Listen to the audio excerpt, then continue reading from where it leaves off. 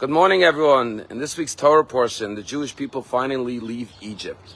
But as soon as they arrive at the Yam Suf, the Red Sea, suddenly they see that the Egyptians are in hot pursuit, chasing after them.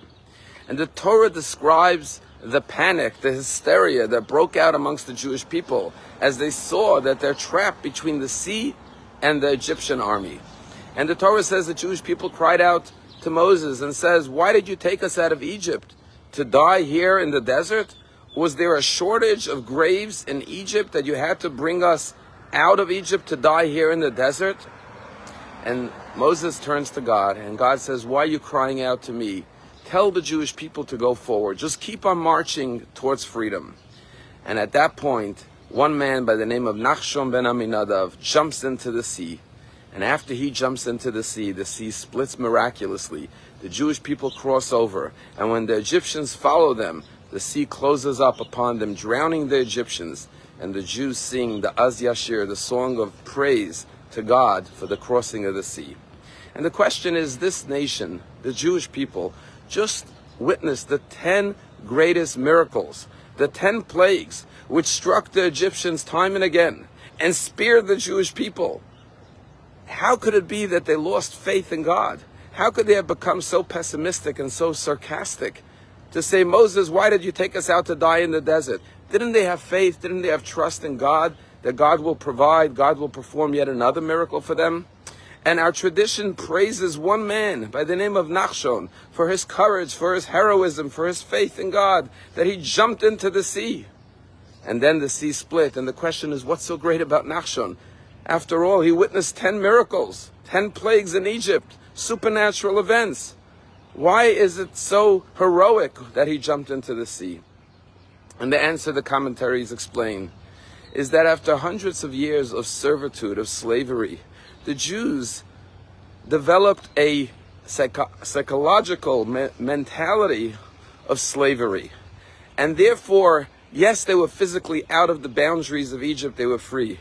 But mentally, they were still imprisoned, they were still confined. And despite all the miracles they saw, they were not able to overcome the fear of their oppressors. And therefore they relapsed into the state of servitude, of the slave mentality, fear of their masters. And even though they witnessed 10 miracles, they despaired. And therefore it was Nachshon who had the courage to jump into the sea, have true faith in God, and it was in his merit that the Jewish people crossed over the sea. The first person to ever cross Niagara Falls on a tightrope was a man by the name of Charles Blondin, who crossed it in 1869, June 30th. And he walked on a tightrope across Niagara Falls, and thousands of people came to watch, and they cheered as this unbelievable feat was being performed for the first time.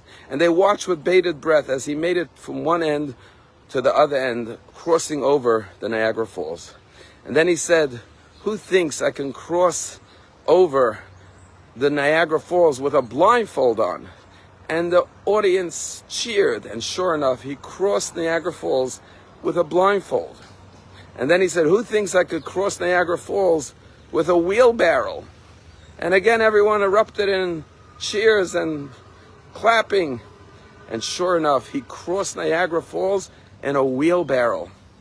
And then he looked at the audience and he said, "Who thinks I can cross Niagara Falls with pushing a wheelbarrow with a person inside of it?" And once again, everyone cheered, "Yes, yes." And then he said, "Okay, who is willing to be the volunteer to get into the wheelbarrow?"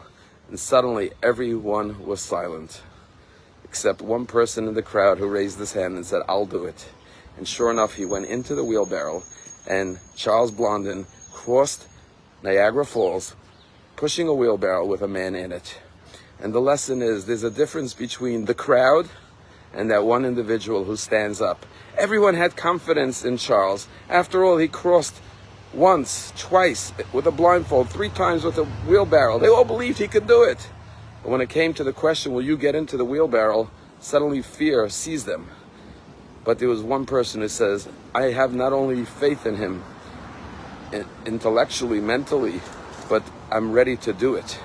The Jews had faith in God. How could they not after 10 miracles? But there was one man by the name of Nachshon who says, my faith in God is so complete that I'm ready to jump into the sea. Let's not just follow the crowds and nod our heads and say, yes, we believe, but actually stand up, take action, and demonstrate that we are truly confident and prove it through our good deeds. Have a wonderful day.